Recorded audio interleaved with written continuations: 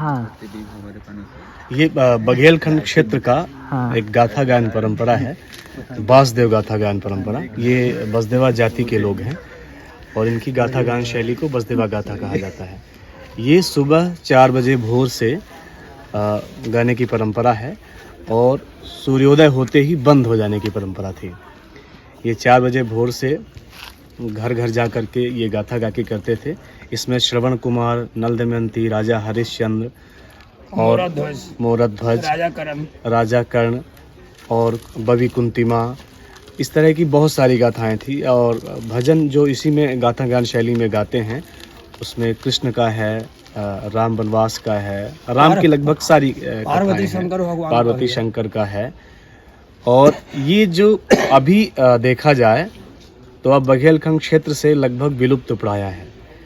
बहुत बार ऐसे केसेस हुए कि सुबह सुबह भोर में ये गाने जाते थे, कहीं चोरी हुई तो पुलिस वालों ने इन्हें बहुत परेशान किया। ऐसे कई केसेस आए तो ये लोग अब लगभग इन्होंने बंद कर दिया है। अब ये दोपहर के वक्त कहीं कहीं ये सारंगी लेकर के ये लोग अब जाते हैं।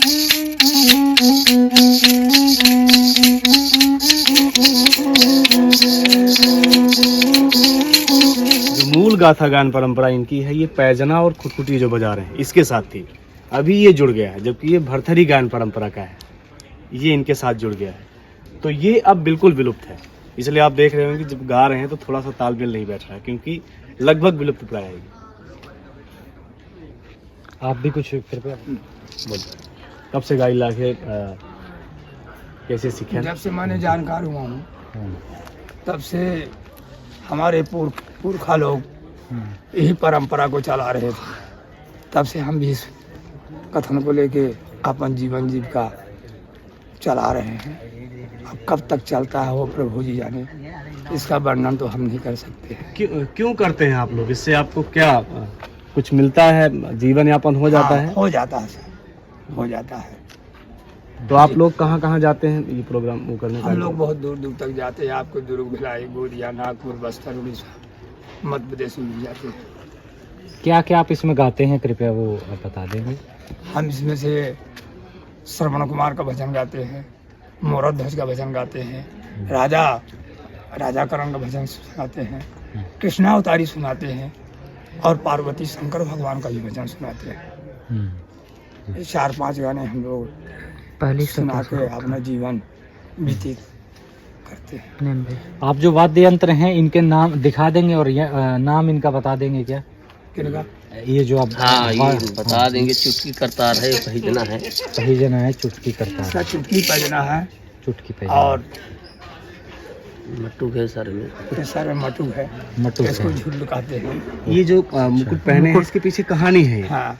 दरअसल बसदेवा की जो किंवदंती है उत्पत्ति की, उनका मानना ये है कि जो भगवान कृष्ण के पिता थे वासुदेव, वो उनके वंशज हैं। तो ये ज़्यादातर भगवान के जो अवतार हैं उनकी मूर्तियाँ, कृष्ण की मूर्तियाँ पहनते हैं या शिव पार्वती का पहनेंगे। और कुछ लोग ये कहते हैं कि किंवदंती इसकी उत्पत्ति की है कि ये राधा, कृष्ण ने राधा को छोड़ दिया था तो ये राधा के वंशज हैं जो वो गाथाएँ गाते हैं। ये राधा की जो कहानी है उनके प्रेम बिछड़न की, वो भी किस्सा कहते हैं। और एक दूसरी कहानी ये है कि बसदेव जब श्रवण कुमार अपने माँ बाप को लेकर जा रहे थे तीर्थ यात्रा के लिए, तो रास्ते में वो रुके थे जंगल में। तो उसी जंगल में पीपल के पेड़ के नीचे एक छोटा बालक मिला था। उस बालक को श्रवण कुमार ने यात्रा के दौरान पाला था, बड़ा किया था। उस बालक का नाम बासदेव, हमारे यहाँ बोलते हैं पीपल को। तो पीपल के नीचे मिले थे तो बच्चे का नाम बासदेव पड़ गया। और उस बच्चे की जो संतानें आई, श्रवण कुमार की मृत्यु हो गई, आगे दशरथ ने बाण मारा तो वो मर जाते हैं, लेकिन बच्चा वो जो है रह जाता है। तो वो बच्चा श्रवण कुमार का पूरी कहानी जो है वो लोगों तक पहुंचाता है और उसकी जो आने वाली संतति है, पीढ़ी है, या फिर जो उस समाज में लोग जुड़े, वो बसदेवा कहलाए। इस तरह की कहानी है। तो ये मुकुट का जो जुड़ाव है वहाँ से है। तो पहले से भी यही मतलब हम पूरे मध्य प्रदेश में दूर दूर ही जाते थे कि अपना एक क्षेत्र हुआ करता था? नहीं, पहले से। अच्छा। तो पहले ऐसा कुछ नहीं होता था कि हमारा ये क्षेत्र है, हम यहाँ पे गायन करेंगे और दूसरे लोग वहाँ पे गायन करेंगे? कुछ इस तरीके से नहीं था पहले? ये रहा है दरअसल। अभी तो ये पुरुष जाते हैं। पहले क्या होता था कि जैसे जहाँ भी रहते हैं एक तरह से ये यात्रा वाली ही जातियाँ थी। जहाँ भी रहते थे तो घर में ताला लगाकर ये ठंड के वक्त में 4 महीने के लिए ये निकल जाते थे और किसी दूसरे गांव में 10 गांव 20 गांव छोड़ करके अपना वहाँ जाकर डेरा डाल देते, तंबू लगाते थे। फिर सुबह 4 बजे वक्त वो सबके घर उस गांव में जाते थे। तो लगातार एक गांव में 3 दिन 4 दिन में कवर कर लेते थे जितने घर हैं, फिर दूसरे गांव में, तीसरे गांव में, तो 4 महीने यात्रा चलती थी। ठंड के महीने में इसलिए क्योंकि ठंड के धान हो जाती है, कट जाती है, गल्ला घर में आ जाता है, तो वो फिर अनाज जो है धान का जो भिक्षा के रूप में धान ही इनको मिलता था। फिर वो पूरे गांव से 50 गांव से 4 महीने में इकट्ठा करके अपना साल भर के लिए रखते थे। ऐसी बहुत सारी जातियां बघेलखंड क्षेत्र में हैं। बसदेवा तो भिक्षावृत्ति में है, बाकी जातियां हैं जैसे यादव लोग हैं, वो भी इसी सीजन में निकलते हैं। और जो उनकी बकरी, मतलब जो गांव में जिस गांव के हैं, वो हर घर में अपना लेते हैं और साल भर के लिए जीविकोपार्जन का साधन जुटाते थे। दरअसल ये है। और इनके पीछे कहानी जो मैंने कहा था कि सुबह सूर्योदय के बाद नहीं मांगते, तो ये लोग बताते हैं कि हमें श्राप मिला था कि सूर्योदय के वक्त हम भिक्षाटन नहीं कर सकते। ये किंवदंती है, लेकिन उसके पीछे और बहुत सारे कारण हैं, क्योंकि सूर्योदय के बाद और बहुत सारी जातियां इसी समय आती थी, वो एक्टिव हो जाती थी, तो इनका काम जो है पूरा हो जाता था। अपना सुबह सुबह जाते थे, सबको जगाते थे, भजन सुनाते थे। मुझे ठीक से याद है, आज से 10-12 साल पहले ये लोग 4 बजे वक्त आ जाते थे। हम लोगों का पढ़ाई का वक्त होता था, तो माँ बाप जगाएं ना जगाएं, ये लोग जगा देते थे, ला के बिठा देते थे सुबह घर में, और 1 घंटा हम लोग भजन सुनते थे। ये निर्गुण सुनाते हैं, कबीर का बहुत अच्छी उलटवासियाँ जो कबीर की फेमस हैं लोक में, वो सुनाते थे और उस पर चर्चा भी करते थे। तो एक तरह से देखा जाए तो जो हमारे पौराणिक चरित्रों की जो लोक नायकों की कहानियाँ हैं, वो सब हमको बचपन में इन लोगों के द्वारा जो है कंठस्थ हुई। उन्होंने बताया, समझाया और चर्चा होती थी। घर के सारे लोग सदस्य उठाते थे, बैठ जाते थे, 1 घंटा सुनते और जो उनके दान दक्षिणा होता वो देते, इनके पैर छूते, इन्हें विदा करते। फिर ये दूसरे घर, तीसरे घर, इस तरह से। लेकिन बाद में समाज में ऐसी विद्रुपताएं हुई कि समाप्त। हम ऐसा कह सकते हैं कि नरेंद्र भाई की ये घर का जो पहला भिक्षा होता था, शायद इन्हीं लोगों को मिलता रहा। 4 बजे भोर, 4 बजे भोर में पहला भिक्षा। ये सूर्य इतनी समय के बाद ये लोग अब चलना शुरू कर देते थे अपने घर की तरफ। दिन निकलने के पहले ही मटुक भगवान उतर जाता। अच्छा। और अपने जो तंबू लगाते थे गांव में, वहाँ शिफ्ट हो जाते। आप खुद को किनका वंशज मानते हैं? वासुदेव का वंशज, भगवान श्री कृष्ण। हाँ, भगवान श्री। तो भगवान श्री कृष्ण पे कोई भजन आप कृपा करके कुछ ना बताए, संगीन हो जाओ। बोले कन्हैया, बोले कन्हैया,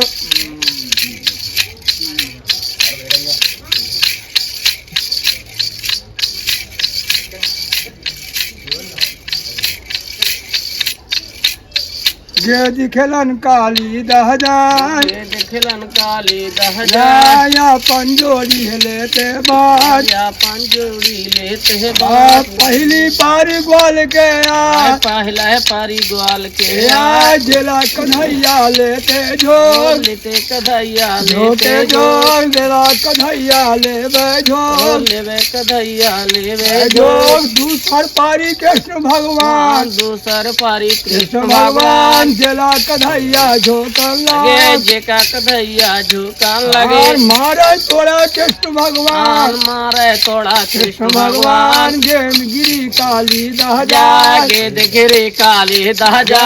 बोले ग्वाल जी करे जवाब, बोले ग्वाल जी करे जवाब। सुन ले भाई कन्हैया बात, सुन ले भाई कन्हैया बात। हमर गेंद ला दे दे निकाल, मोर गेंद ला दे दे निकाल। माता सो जल दे गे बता, माता 10 दल देहो बताए। बोले कन्हैया करे जवाब, बोले कन्हैया करे जवाब। सुन ले ग्वाल संग भाई बात, सुन ले ग्वाल संग भाई बात। दूसर गेंद हम देगे बना, दूसर गेंद हम दे दे बना। दूजी गेंद नहीं लेवे कन्हैया, दूसरे गेंद ना लेवे कन्हैया। उसी गेंद को दे दो निकाल, उसी गेंद का दे दो निकाल। कदमदार चगे भगवान, कदम पेड़ चागे भगवान। कदम के डरिया मच कर लगे कदम के डरिया मच कर लगे नित पाताल लोक का जा निज पे ताल लोग कहा जाए वहाँ पहुँच गए कृष्णा जी वहाँ पहुँच गए कृष्णा जी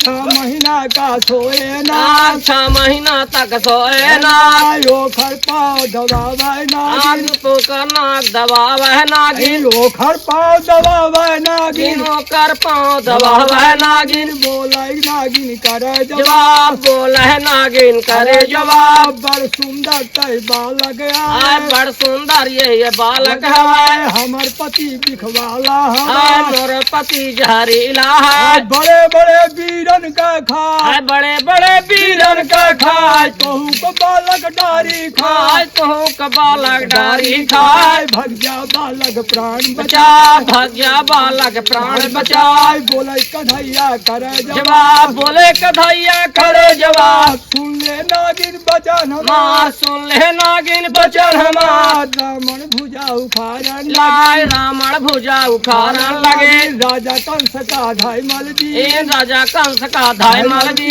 तोरे नाग का नहीं डराई तोरा नाग का नहीं डराई अपने नाग का देवे जगा आय अपन नाग का देवे जगा डंडा शरण नागिन गिरा डंडा शरण नागिन गिरा सुन ले पति नाग महाराज सुन ले पति देव महाराज एक छे छोटा बालक एक से छोटे के बालक आए बड़ बड़ बात बतावा बड़ बड़ बात बतावा लगे रावण भुजा उखाड़ रावण भुजा उखाड़ राजा कंस का धाय मल दे राजा कंस का धाय मल दे तोरे नाग का नहीं डराई तोरे नाग का नहीं डराई 6 महीना का सोए ना 6 महीना तक सोए ना 6 महीना का भरे जहाँ 6 महीना तक भरे रहा बोले नाग जी करे जवाब बोले नाग जी करे जवाब सुन ले नागिन बचन मार सुन ले नागिन बचन हमार हम रैथन पताल में नागिन आज हम तय रहे नाग पताल में हम तो रहे पताल में नागिन हम तो सोन पताल में नागिन एक समय ही भगवान एक समय आई भगवान ओखर से हम युद्ध कर ले उनसे हम युद्ध कर ले जाते नाग देते फुसकार जब नाग देते फुसकार गोरा बदन कन्हैया गोरा बदन कन्हैया रहे सामल रगे कन्हैया हो सामल रगे कन्हैया हो दोनों वीर का झगड़ा हो दोनों वीर का झगड़ा हो लड़ते लड़ते नाग महाराज लड़ते लड़ते नाग महाराज भुजबल था के नाग के भुजबल था के नाग के डंडा सरान नागिन गिरा डंडा सरान नागिन गिरा तोला में जानो बालक आज तोला में जानो बालक त्रिलोकी यस भगवान त्रिलोकी यस भगवान तोरा लीला न पाई कोई तोरा लीला न पावे कोई ब्रह्मा विष्णु और महेश ब्रह्मा विष्णु और महेश 3 लोक के मालिक 3 लोक के मालिक बोल वृंदावन बिहारी लाल की जय।